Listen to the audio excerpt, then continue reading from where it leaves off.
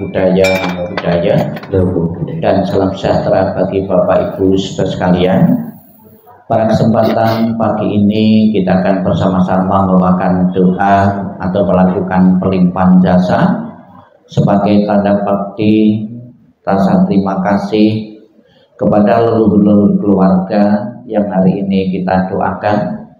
Apabila leluhur keluarga yang saat ini belum terlahir di alam bahagia, alam surgawi, belum menikmati ketenangan, kedamaian, dan kebahagiaan, dengan pembawaan doa, dengan persajian makanan yang terpilih pada kesempatan pagi ini, akan segera mengkondisikan arwah-arwah almarhum dan almarhumah keluarga untuk tergolong di alam bahagia.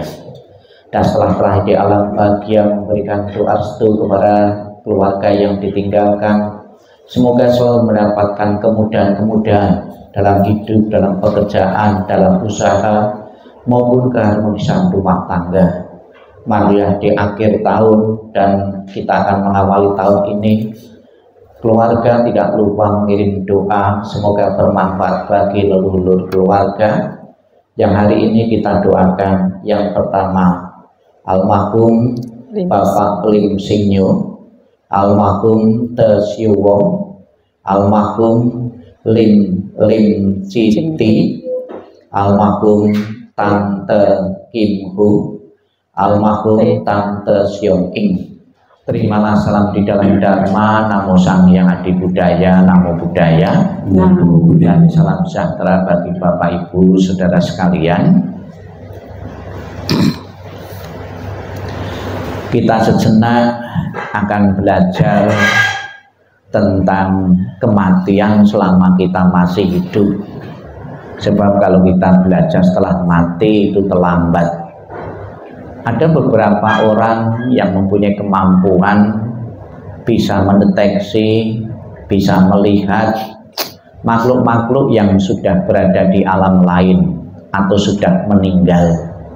Di tempat ini juga ada orang-orang tertentu ketika melakukan sembahyang leluhur itu ada yang melihat, ada leluhur yang menangis, ada yang kelihatan sedih dan lain sebagainya. Bagi kita yang tidak bisa melihat dengan kasat mata, kita tidak percaya. Namun bagi orang-orang tertentu itu bisa melihat dan mempunyai kemampuan dan bercerita tentang kondisi alam rohani, alam batiniah.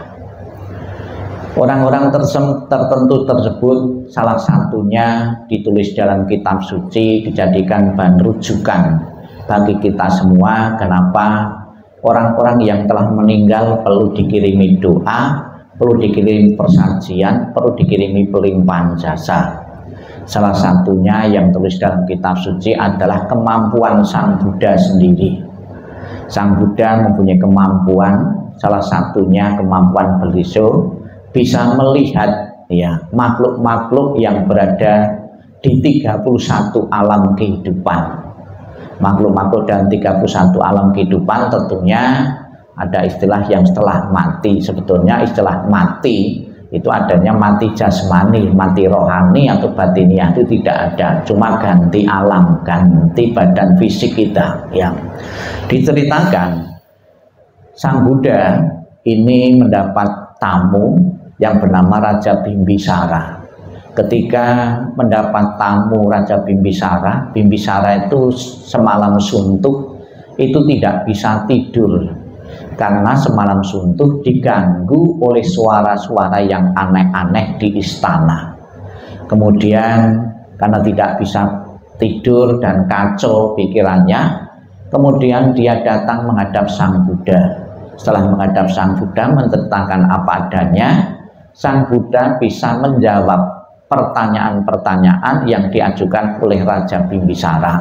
Yang menyebabkan kegaduhan suara-suara aneh adalah suara leluhur-leluhur dari Raja Bimbisara ini yang belum mengalami ketenangan, yang perlu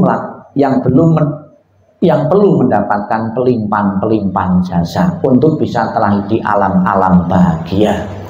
Maka atas saran Sang Buddha, Raja Bimbisara ini melakukan satu perjamuan, dan setelah melakukan perjamuan, jasa kebajikan dari perjamuan itu dilimpahkan kepada leluhur-leluhur keluarga Raja Bimbisara untuk terlahir di alam-alam bahagia.